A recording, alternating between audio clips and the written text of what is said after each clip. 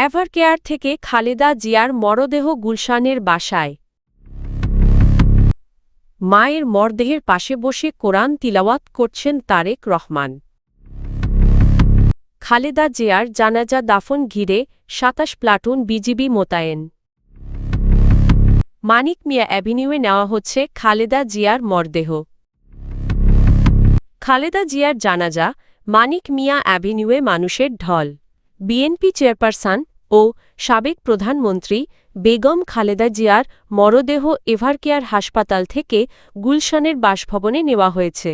বুধবার সকাল ৯টার কিছু আগে বাংলাদেশের জাতীয় পতাকায় মোড়ানো একটি গাড়িতে করে হাসপাতাল থেকে তার মরদেহ বহনকারী অ্যাম্বুলেন্স রওনা হয় এবং সকাল ৯:৩০টার দিকে গুলশান অ্যাভিনিউয়ের ১৯৬ নম্বর বাসায় পৌঁছায়। প্রাথমিকভাবে খালেদা জিয়ার মরদেহ তার দীর্ঘদিনের বাসভবন ফিরোজায় নেওয়ার কথা থাকলেও পরে তা বিএনপির ভারপ্রাপ্ত চেয়ারম্যান তারেক রহমানের গুলশানের বাসায় নেওয়া হয়। সেখানে দলীয় নেতাকর্মী স্বজন ও শুভানুধ্যায়ীরা শেষবারের মতো শ্রদ্ধা জানানোর সুযোগ পাবেন।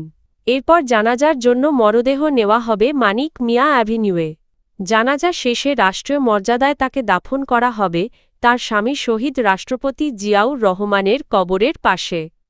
এদিকে এভারকেয়ার হাসপাতাল ও আশপাশের এলাকায় নেওয়া হয়েছে কঠোর নিরাপত্তা ব্যবস্থা।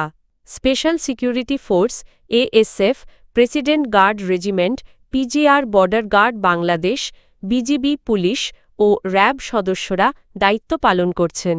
হাসপাতালের প্রধান ফটক কাঁটাতারের ব্যারিকেড দিয়ে ঘিরে রাখা হয়েছে এবং রোগী ও স্বজন ছাড়া অন্য কাউকে প্রবেশ করতে দেওয়া হচ্ছে না। উল্লেখ্য, মঙ্গলবার ভোর ৬টায় ঢাকার এভারকেয়ার হাসপাতালে চিকিৎসাধীন অবস্থায় ৭৯ বছর বয়সে ইন্তেকাল করেন বেগম খালেদা জিয়া। ইন্না লিল্লাহি ওয়া ইন্না ইলাইহি রাজিউন। তাঁর মৃত্যুতে দেশজুড়ে গভীর শোকের ছায়া নেমে এসেছে। রাজনৈতিক মতপার্থক্য নির্বিশেষে সর্বস্তরের মানুষ তার প্রয়াণে শোক প্রকাশ করেছেন। বিএনপি চেয়ারপারসন ও সাবেক প্রধানমন্ত্রী বেগম খালেদা জিয়ার মরদেহ এভারকেয়ার হাসপাতাল থেকে গুলশান অ্যাভিনিউয়ের ১৯৬ নম্বর বাসায় নেওয়া হয়েছে।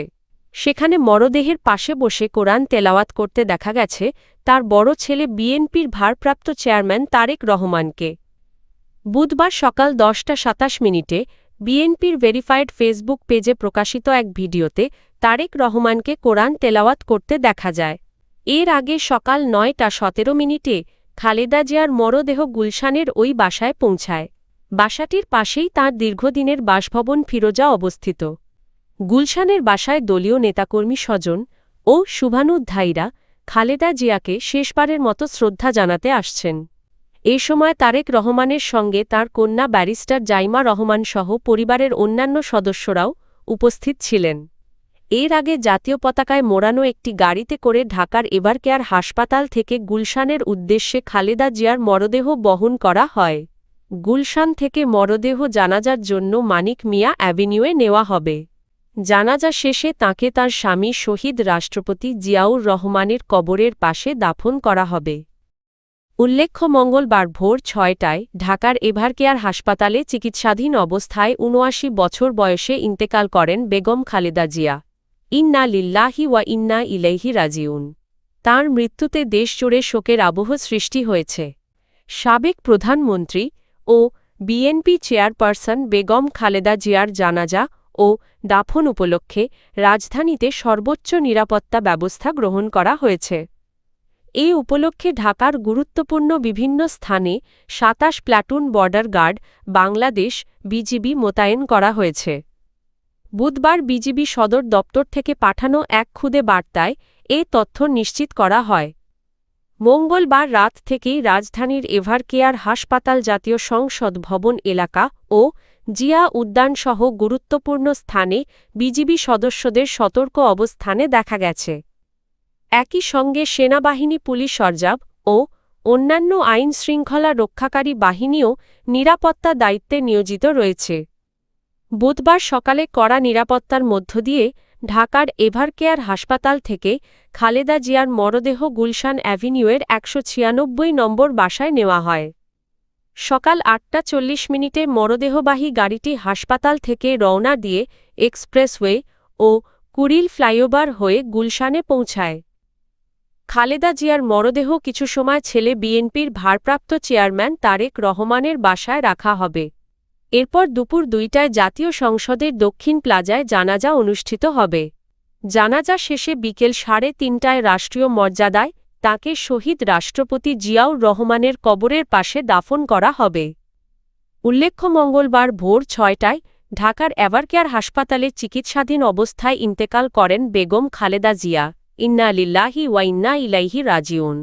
তার মৃত্যুতে অন্তর্বর্তী সরকার ৩ দিনের রাষ্ট্রীয় শোক ঘোষণা করেছে এবং আজ বুধবার সারা দেশে সাধারণ ছুটি পালন করা হচ্ছে। বিএনপি চেয়ারপারসন ও সাবেক প্রধানমন্ত্রী বেগম খালেদা জিয়ার মরদেহ জানাজার জন্য মানিক মিয়া অ্যাভিনিউয়ের উদ্দেশ্যে নেওয়া হয়েছে। বুধবার সকাল ১১টার দিকে গুলশান অ্যাভিনিউয়ের ১৯৬ নম্বর বাসভবন থেকে মরদেহবাহী অ্যাম্বুলেন্স যাত্রা শুরু করে। এর আগে সকাল ৯টা১৭ কড়া নিরাপত্তার মধ্যে জাতীয় পতাকায় মোড়ানো অ্যাম্বুলেন্সটি ওই বাসভবনে পৌঁছায়। সকাল ৯টার কিছু আগে ঢাকার এভারকেয়ার হাসপাতাল থেকে মরদেহ নিয়ে অ্যাম্বুলেন্সটি রওনা হয়। মরদেহ বাসভবনে আনার পর থেকেই গুলশান অ্যাভিনিউয়ের ১৯৬ নম্বর বাসা ও পাশের ফিরোজা এলাকায় কঠোর নিরাপত্তা ব্যবস্থা জোরদার করা হয়। সেনাবাহিনী, পুলিশ, র্যাব ও বিজিবি-সহ আইন-শৃঙ্খলা রক্ষাকারী বাহিনীর সদস্যরা পুরো এলাকা ঘিরে রাখেন। ব্যারিকেড দিয়ে সড়ক বন্ধ করে দেওয়া হয় এবং যান চলাচল বন্ধ রাখা হয়। মরদেহ বহনকারী গাড়ি বহরে লাল সবুজ রঙের একটি বাসও রয়েছে। জানাজাস্থলের উদ্দেশ্যে যাত্রা করেছেন বিএনপির ভারপ্রাপ্ত চেয়ারম্যান তারেক রহমান ও তার স্ত্রী ডা. জুবাইদা রহমান, কন্যা জাইমা রহমান সহ পরিবারের সদস্যরা।